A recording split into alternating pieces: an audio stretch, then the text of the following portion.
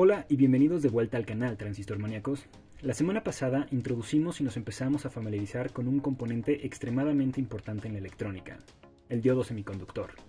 Vimos cuestiones básicas del diodo, como su símbolo, la forma correcta de usarlo, su funcionamiento y algunas de sus aplicaciones.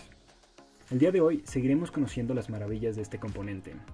Veremos que hay muchos modelos o formas de resolver circuitos con diodos y, claro, también empezaremos a analizar estos circuitos y ver técnicas muy útiles y sencillas para resolverlos.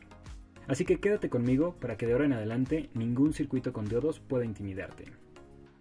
Como recordarán del video pasado, esta es la gráfica y la ecuación que describen y caracterizan el comportamiento del diodo. Y aunque es de las maneras más exactas de resolver los circuitos con diodos, resulta muy engorroso y talachudo hacerlo por este método. Esto porque se tiene que trabajar con un sistema de ecuaciones. En circuitos sencillos, la primera ecuación sería la ley de Kirchhoff de voltajes del circuito en particular, y la segunda ecuación sería la de Shockley. Pero para esto tendríamos que sacar también el voltaje térmico, conociendo la temperatura del ambiente. Y también nos tendrían que proporcionar o tendríamos que revisar la corriente de saturación en las famosas datasheets u hojas de datos. Con esto se pueden imaginar que este proceso resulta un tanto tardado y cansado de usar para cada circuito que queramos resolver. Lo bueno es que existen modelos simplificados, mucho más sencillos de usar e igualmente buenos para la mayoría de los casos y aplicaciones. Existen tres modelos principales del diodo semiconductor. Está el modelo ideal, el modelo simplificado y el modelo piezolineal o de segmentos lineales. El modelo ideal es el más sencillo de todos y simplemente toma en cuenta si el diodo conduce o no. Y si conduce, simplemente se le representa como un cable que permite el paso de corriente. La gráfica de este modelo se ve como una línea recta vertical en el origen, lo cual tiene mucho sentido con el hecho de que este modelo represente al diodo con un cable, ya que un cable no tiene caída de voltaje. Es decir, que este modelo no toma en cuenta el voltaje en directa que se le necesita aplicar al diodo para que conduzca, los 0.7 volts en un diodo de silicio. Para este modelo, basta con que el voltaje no sea negativo para decir que el diodo conduce.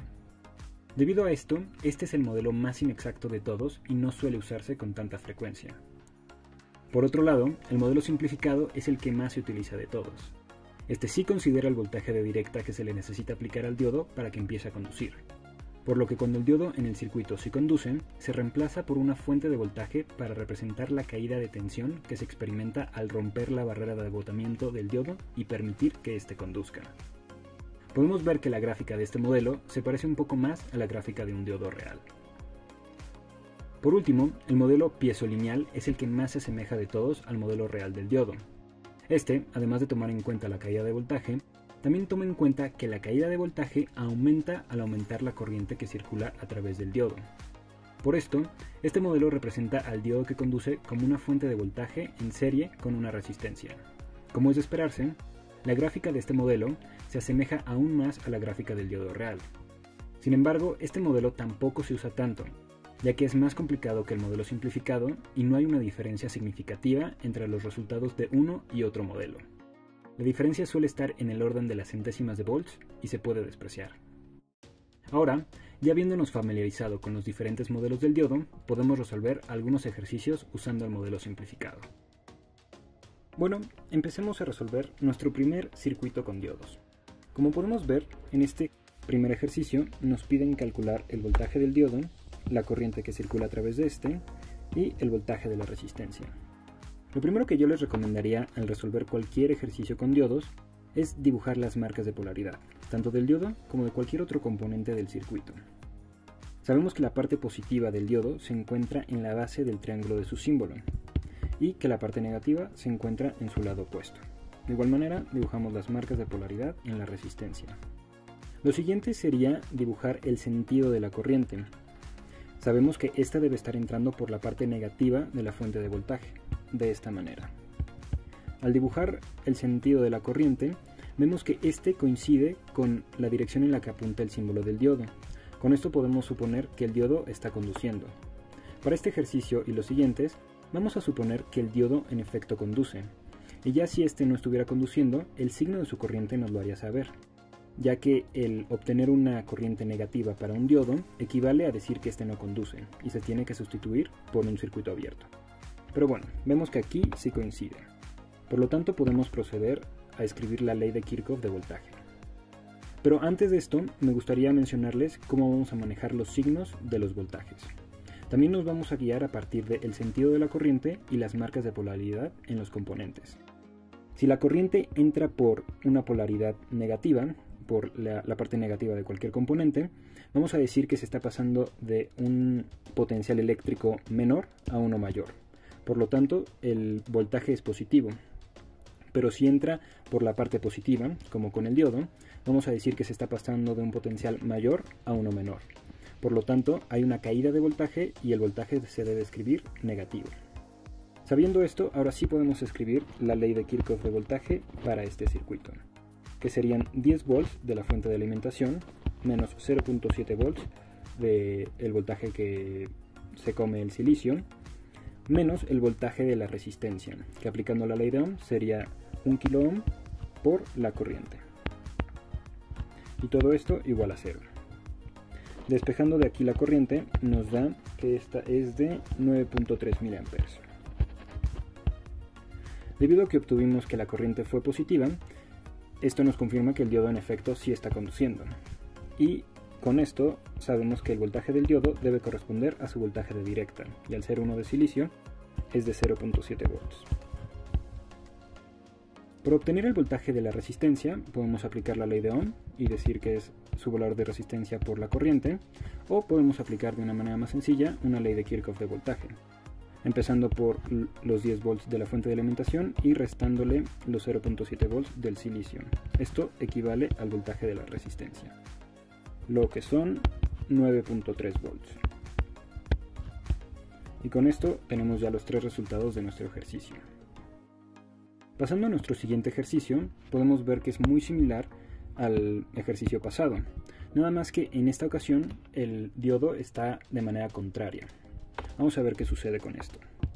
Primero colocamos las marcas de polaridad de todos los elementos del circuito y dibujamos el sentido de la corriente. Aquí vemos que el sentido de la corriente no coincide con la dirección del símbolo del diodo. Esto nos indica que está el diodo en polarización inversa. Por lo tanto, la corriente a través del circuito va a ser igual a 0. Con esto obtenemos nuestro primer resultado. La corriente del diodo es igual a 0 amperes. Por lo tanto, por la ley de Ohm, el voltaje de la resistencia va a ser igual a 0 volts. Y el voltaje del diodo sería igual al voltaje que está proporcionando la fuente de alimentación, nada más que con signo negativo, ya que está en inversa. Y así, sin hacer cálculos, podemos obtener los tres resultados de este ejercicio. Pasando al último ejercicio que veremos en este video, podemos ver que tiene una configuración un poco diferente. Este tipo de configuración es la más típica en los ejercicios de electrónica. Usaremos la misma metodología que en los ejercicios pasados. Primero colocamos las marcas de polaridad y posteriormente dibujamos el sentido de la corriente, recordando que la corriente siempre fluye de un mayor potencial eléctrico a uno menor. De esta manera vemos que la corriente viene en este sentido y podemos continuar a escribir la ley de Kirchhoff de voltaje, que para este circuito sería de 6 volts menos los 0.7 volts del diodo de silicio, menos los 0.3 volts del diodo de germanio, menos el voltaje de la resistencia, que serían 5600 ohms por la corriente, igual a menos 6 volts. Despejando de aquí la corriente, obtenemos que este es igual a 1.96 mA. De esta manera obtenemos nuestro primer resultado del ejercicio. Para el voltaje 0 es muy sencillo calcularlo. Simplemente hacemos una ley de Kirchhoff de voltaje, sabiendo que los diodos sí conducen. Empezamos en los 6 volts como anteriormente, restamos los 0.7 volts del diodo de silicio, los 0.3 del diodo de germanio, y esto equivale al voltaje 0, lo cual son 5 volts. Y de esta manera terminamos de resolver este tercer ejercicio. Esto sería todo por el video de hoy. Pero si te ha gustado y te ha sido útil el contenido de este video, recuerda suscribirte, ya que próximamente estaremos resolviendo circuitos más complejos con diodos y estaremos compartiendo con ustedes técnicas para facilitar su análisis. Gracias y hasta la próxima.